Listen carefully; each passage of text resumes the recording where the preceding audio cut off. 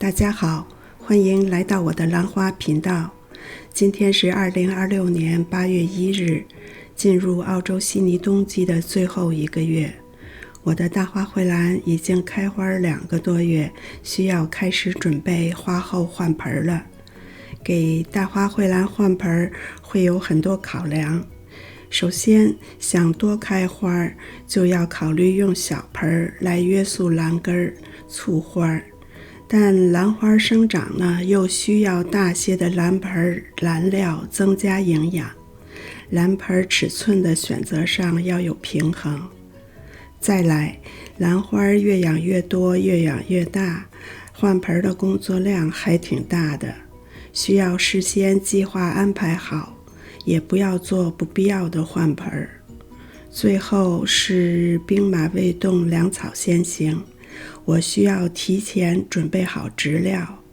我这次为了省钱，自制了一种新混料给大花蕙兰。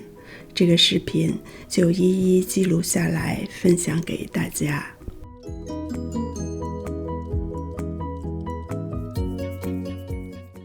我养大花蕙兰有5-6年时间了，为了方便换盆，我把它们粗归为3类。一类是标准大花或者中花的大花蕙兰，第二类是小花垂花蕙兰，需要挂吊的那种，第三是我新归出来的，专门为那些多花枝会爆花的大花蕙兰准备的。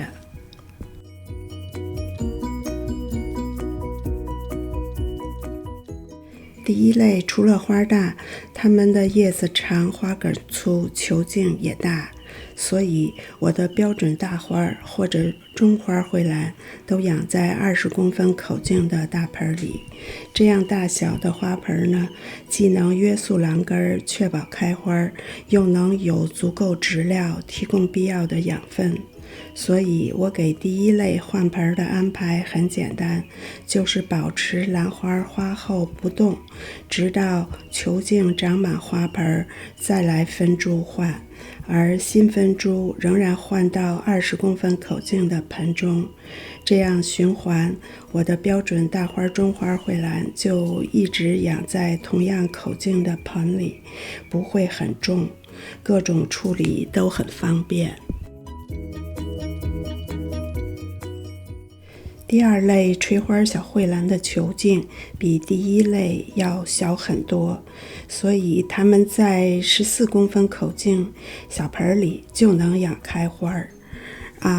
给第二类换盆，我的安排是开花后呢，不给它们分株，保留1年，或者呢直接上盆到18口径的中盆里。这样的好处是尽量少动兰根，让它年年开花。最后球茎长满了再分株，新分株换到14小盆里循环。和第一类比，中间呢加了一个不分株上盆的年份，这样避免动兰根太多影响开花，而且直接上到大一点盆里，可以提供多一些养分。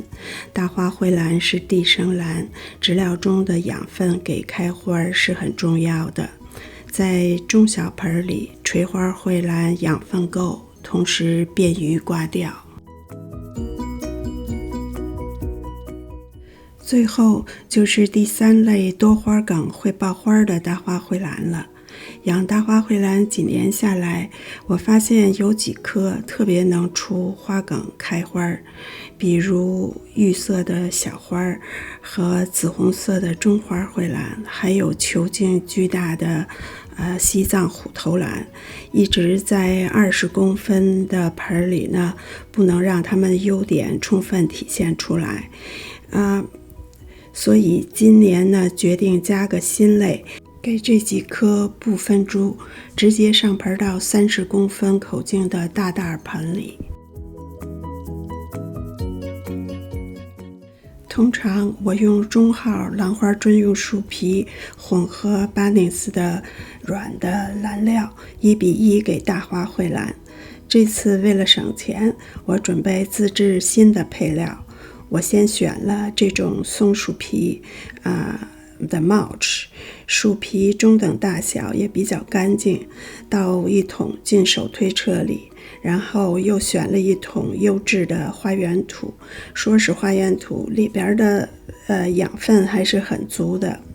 混在一起呢，现在感觉这个土有些多了，又加了一桶树皮，所以最后的混料是2份松树皮和1份花园土就准备好了。